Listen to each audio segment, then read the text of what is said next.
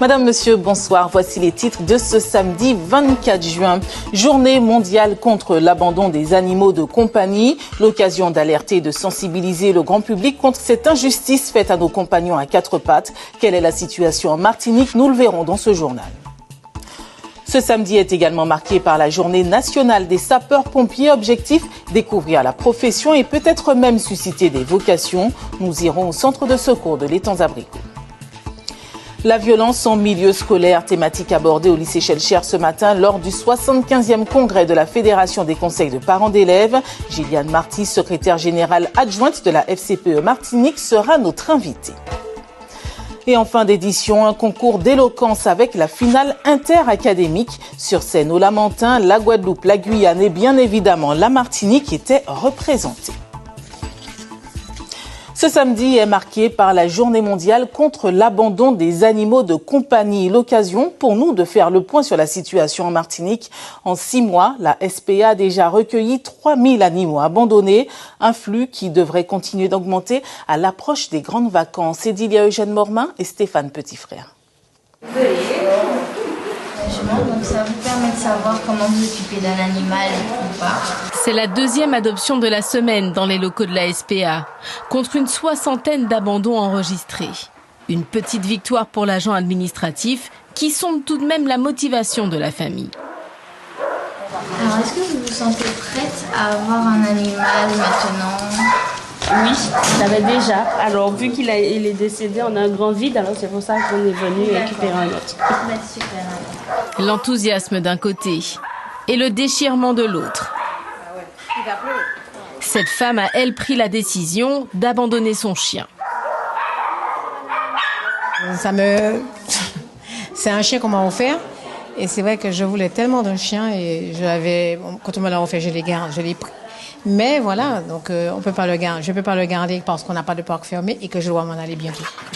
Le départ, c'est l'une des principales causes d'abandon d'animaux domestiques. C'est pourquoi l'équipe redoute particulièrement les prochaines semaines. D'autant plus que cette année, la récente inflation a fragilisé la condition des animaux dans les foyers. Il y a plus de renoncements parce que les frais vétérinaires, les croquettes, si on veut le faire éduquer aussi, bien que les éducateurs ont quand même des prix relativement intéressants, parce que c'est souvent par des associations, donc c'est abordable. Hein. Mais il y a l'essence, il y a tout qui a augmenté. Hein. Donc automatiquement, le budget des animaux, lui, il est impacté aussi. Mais ceux qui échouent ici n'auront pas forcément un avenir meilleur. Quand ils ne sont pas en état d'être adoptés, la seule issue est l'euthanasie. Un déchirement pour les encadrants. On n'a pas le choix, il faut le faire. Et on va dire que c'est énorme par rapport au nombre d'adoptions et le nombre de chiens qui rentrent. On n'a pas le choix. C'est très compliqué, très compliqué. Hervé ne nous dira pas combien d'animaux il a accompagnés jusqu'à leur dernier souffle. Mais sur les 3000 recueillis cette année par la SPA, moins de 2% ont trouvé un nouveau foyer. On poursuit avec une journée nationale, cette fois celle des sapeurs-pompiers. Pour l'occasion, journée porte ouverte au centre de secours de l'Étang-Abricot à Fort-de-France. L'occasion d'informer tout un chacun sur la profession et pourquoi pas susciter des vocations. Christophe Arnerin, Jean-Marc Kenenga. Centre de secours de Fort-de-France à l'Étang-Abricot. Durant une matinée, les enfants ont pu revêtir les habits des pompiers et se glisser dans l'exercice de leur mission. Grâce à différents ateliers, ils ont pu découvrir le matériel utilisé, les procédures mises en place et l'exigence physique demandée. Pour certains, c'est un rêve qui est devenu réalité. Et ce métier-là, j'ai préféré. Qu'est-ce que tu aimes chez les pompiers? Éteindre le feu, aider les gens. Et voilà. Prêt à devenir pompier? Oui. Pourquoi? Mon père est pompier, j'aime bien. On sauve les gens, ça fait un peu d'échauffement. Par contre, je ferai pas toute la nuit parce que la nuit, je suis pas très motivée. L'objectif de cette journée porte ouverte est d'abord d'offrir une autre visibilité sur la profession et de susciter de nouvelles vocations parmi la population martiniquaise. Il y a beaucoup d'enfants accompagnés de leurs parents et même les parents vont, je pense, s'engager dans dans cette démarche citoyenne. Nous avons des sapeurs-pompiers volontaires, mais aussi professionnels. Et quel que soit leur statut aujourd'hui, ils sont tous dévoués. Et il y en a aussi qui le font par passion, parce que c'est un métier qu'on transporte, qu'on amène chez soi. En 2023, 22 nouvelles recrues ont rejoint les 315 pompiers professionnels, les 1331 volontaires répartis dans les 20 casernes que compte la Martinique. La violence en milieu scolaire au centre du 75e congrès de la Fédération des conseils des parents d'élèves. Ce matin, au lycée Schellcher, parents, enseignants et élèves ont échangé sur leurs difficultés au quotidien. La violence à l'école est présente sous de nombreuses formes. Alors, comment prévenir, comment désamorcer? Delphine Bess, Marc-François Calmeau.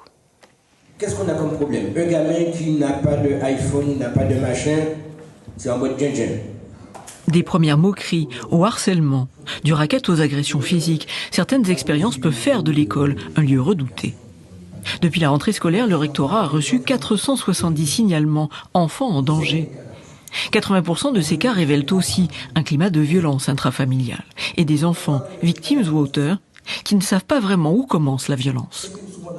Normalement, quand on éduque un enfant, on l'éduque à l'empathie, c'est-à-dire à comprendre que quand je fais mal à l'autre, ça lui fait mal.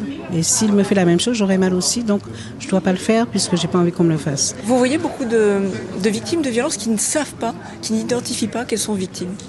Bien sûr, mais c'est d'ailleurs là le grand souci que nous avons, parce que justement quand c'est répété, quand c'est souvent, quand c'est la seule forme de relation qu'elle a eue, elle ne comprend pas que ce n'est pas normal.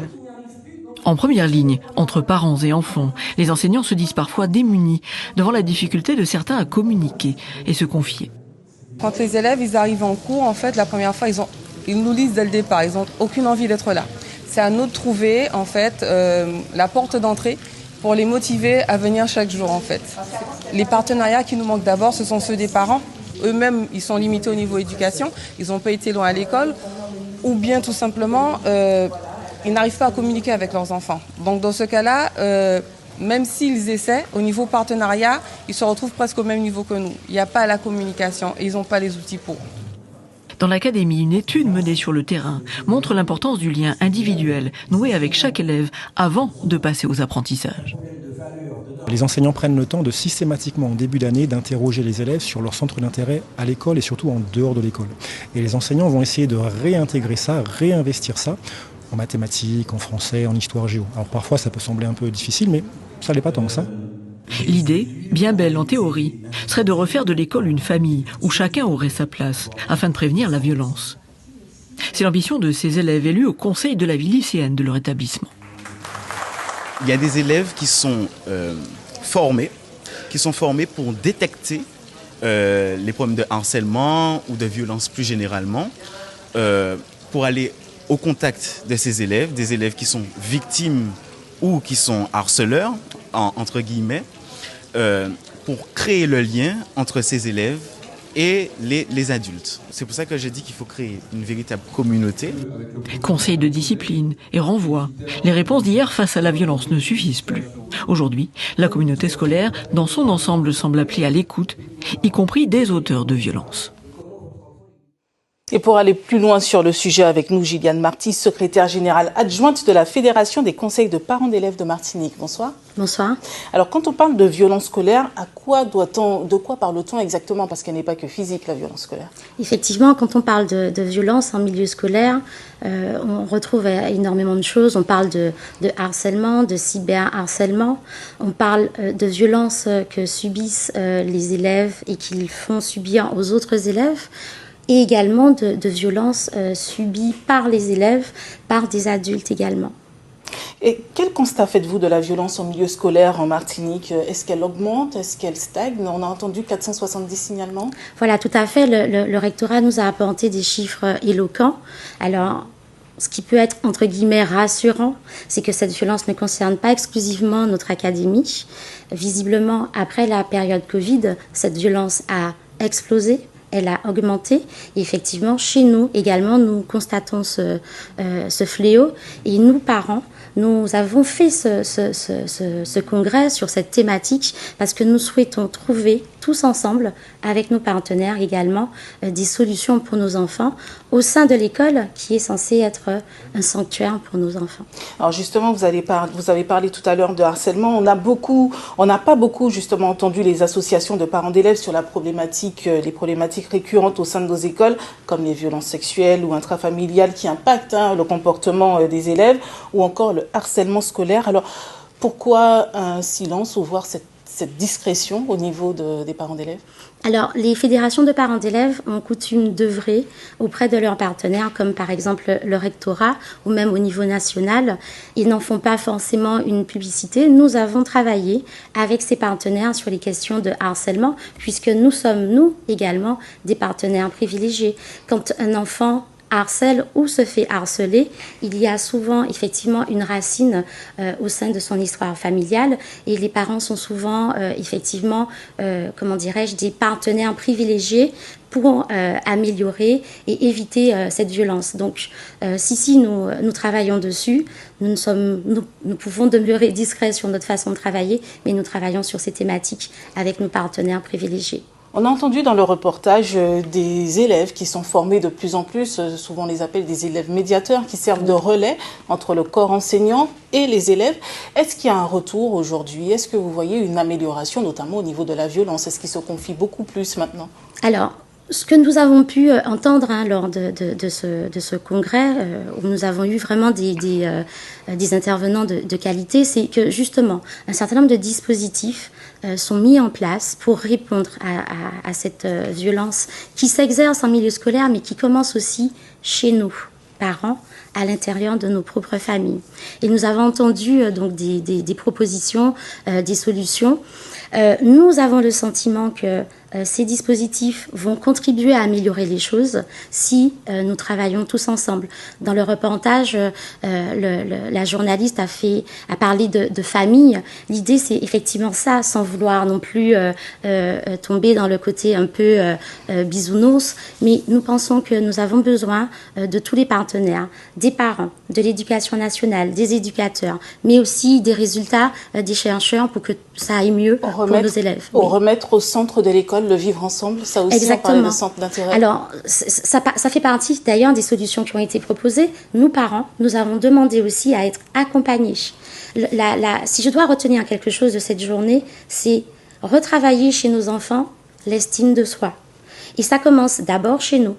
Mais ça continue aussi à l'école. C'est-à-dire que cette estime que l'enfant doit toujours avoir, cette estime doit être travaillée avec tous les acteurs qui l'entourent. Nous, parents, devons continuer, même quand on est fatigué, à les accompagner et également les enseignants. Donc c'est ce que nous espérons. Avec les moyens, bien sûr. Très bien, Gilliane Marty, merci beaucoup. Je rappelle que vous êtes secrétaire générale adjointe de la Fédération des conseils de parents d'élèves de Martinique.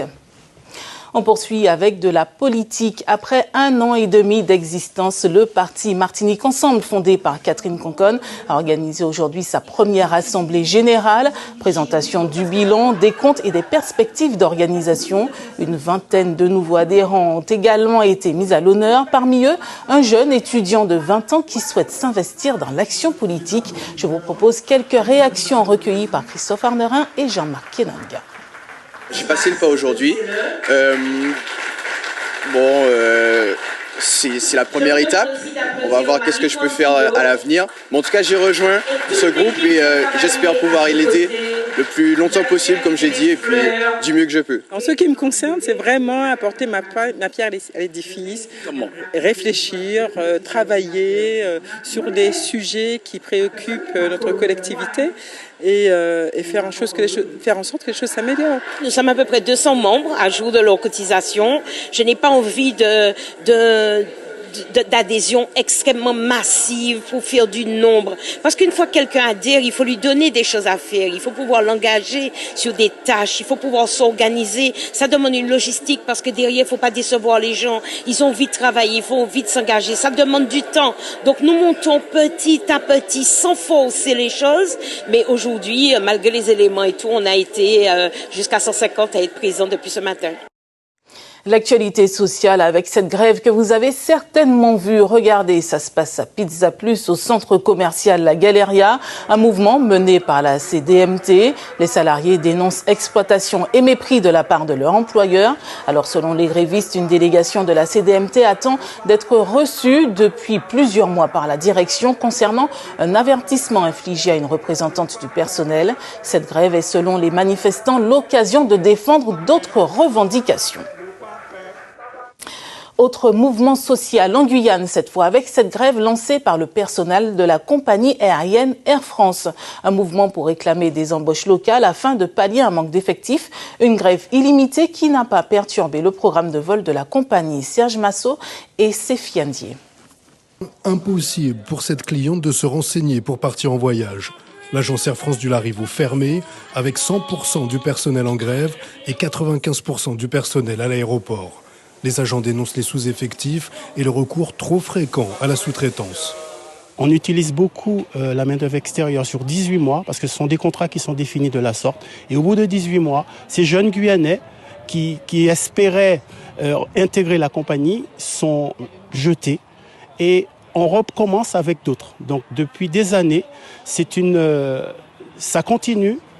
Et parallèlement à ça, vous avez un effectif qui se réduit par les départs en retraite qui ne sont pas remplacés et que la direction comble ces départs par l'utilisation massive de cette main-d'œuvre extérieure. Alors nous, on dit que ça suffit. Maintenant, on veut des embauches locales.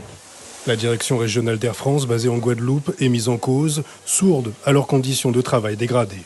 Ils ont vraiment un regard dédaigneux sur les Guyanais. En tout cas, nous le voyons comme ça. Ils ne daignent pas nous prendre contact avec nous. Ils ne daignent pas nous répondre. Ils ne daignent pas venir nous voir. C'est du mépris clair et net. Le programme de vol du jour n'a pas été perturbé. Ce n'était pas le but des grévistes, mais de lancer un avertissement à leur direction régionale à quelques heures du début des grandes vacances.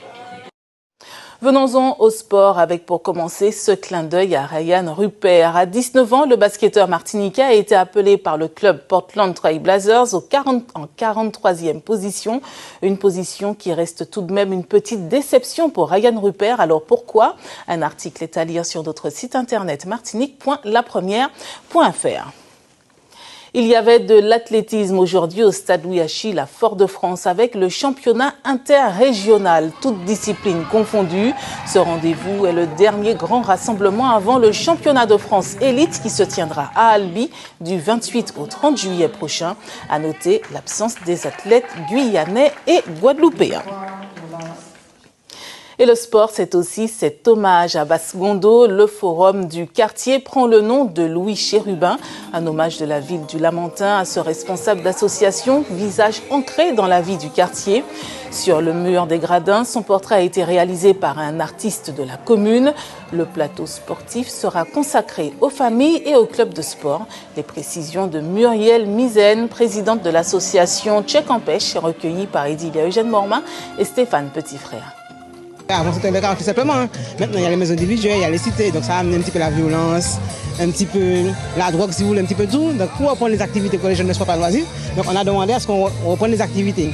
Et depuis, donc le terrain est reparti, puis on essaie de l'occuper par notre mieux, parce que M. Chérubin a toujours œuvré pour l'association, pour les générations, qu'on puisse vivre ensemble, quoi. C'est un homme discret, généreux, toujours serviable, toujours prêt à aider.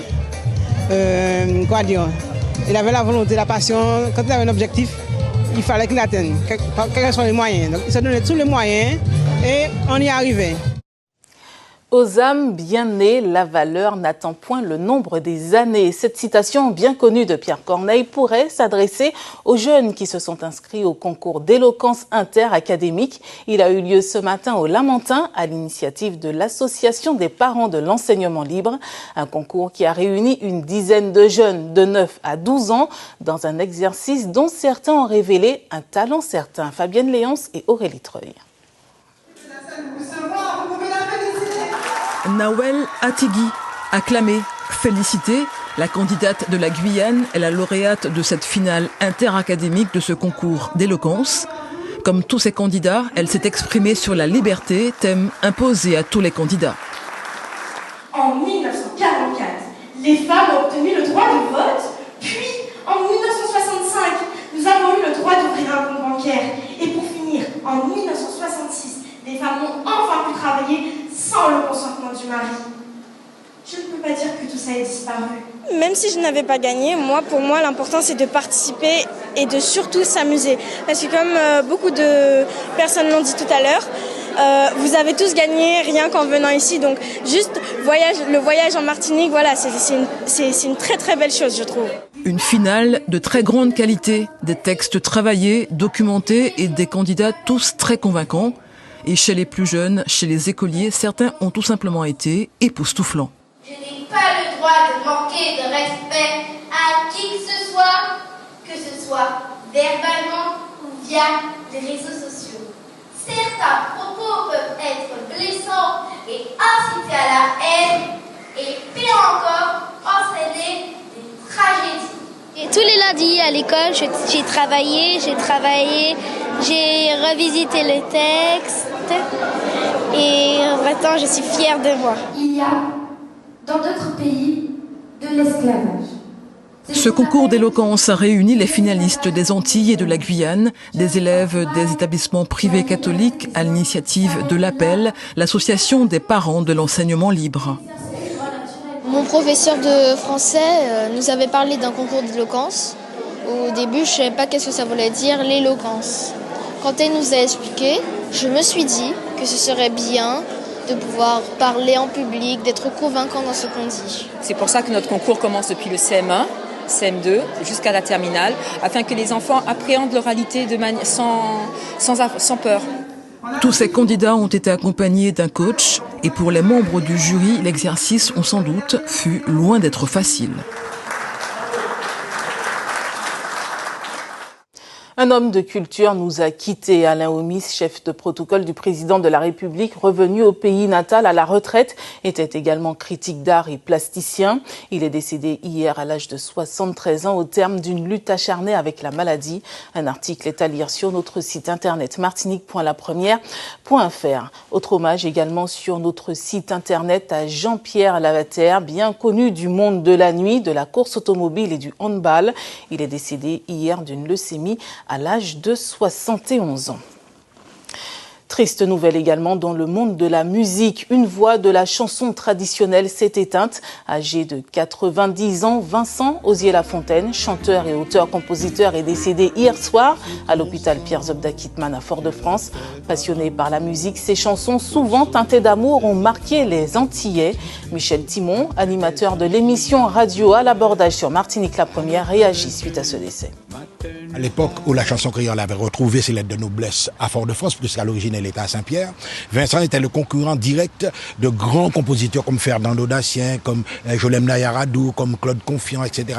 Et là, il avait surpris justement ces gens-là, puisqu'il les avait battus lors d'un concours de la chanson créole dans les années 60-61, avec le titre Hommage à ma mère, qui par la suite a fait fureur. Et Vincent, c'est un créateur très prolifique, puisqu'il a à son actif plus de 150 chansons. Au départ, il a galéré, parce qu'il faut dire que c'est un enfant issu des milieux populaires, une maman de 5 enfants, etc. Il s'est hissé, n'est-ce pas, à la force du poignet. Il a créé des petites entreprises, de petites boutiques pour arriver aux grands espaces commerciaux que l'on connaît actuellement. Donc c'est un homme qui a beaucoup de mérite, c'est un gros travailleur. Et je pense que là aussi, il a marqué la Martinique. Et voilà qui met un terme à cette édition régionale. Je vous rappelle le titre principal que nous avons développé. 24 juin, journée mondiale contre l'abandon des animaux de compagnie. L'occasion d'alerter et de sensibiliser le grand public contre cette injustice faite à nos compagnons à quatre pattes. En 6 mois, en Martinique, la SPA a déjà recueilli 3000 animaux abandonnés. Et on se quitte en musique justement avec cet hommage à Vincent Osier-Lafontaine. Le chanteur et auteur-compositeur nous a quittés hier à l'âge de 90 ans. Extrait de sa chanson Hommage à ma mère. A tout de suite pour votre journal national et international. Bonjour maman, bonne fête maman.